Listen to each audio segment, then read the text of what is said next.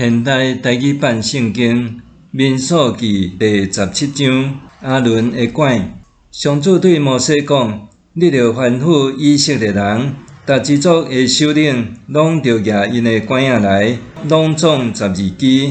你着伫因的管仔写因的名，利未支族迄支管仔着写亚伦的名，因为逐支族的族长拢有一支管仔。你着将遐个管仔摕来会幕，下伫约柜的头前，就是我甲恁相会的所在。我所敬迄个人，伊的管仔会不牙，安尼我要互以色列人袂阁埋怨恁。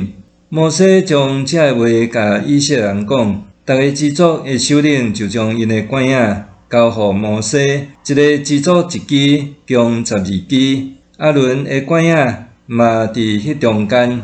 摩西将遐个管仔摕入去，放约柜的帐幕内面，下伫上主的面前。隔日，摩西入去放约柜的帐幕，看到利未支族亚伦的管仔已经不牙，生花黄，开花结杏仁。摩西对上主的面前举遐个管仔出来，去以色列的众人遐互因看。逐个族长就去举家己的管仔。上主对摩西讲，将亚伦的管仔放倒去约柜面前，做这个背逆的人的鉴戒。安尼，因就袂阁对我发怨言，嘛袂因为安尼来死。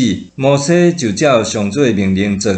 以色列人对摩西讲：惨啊！阮会死，会灭亡，阮会死了了。所有我群上主的会幕的，拢会死，安尼，阮稳死啊！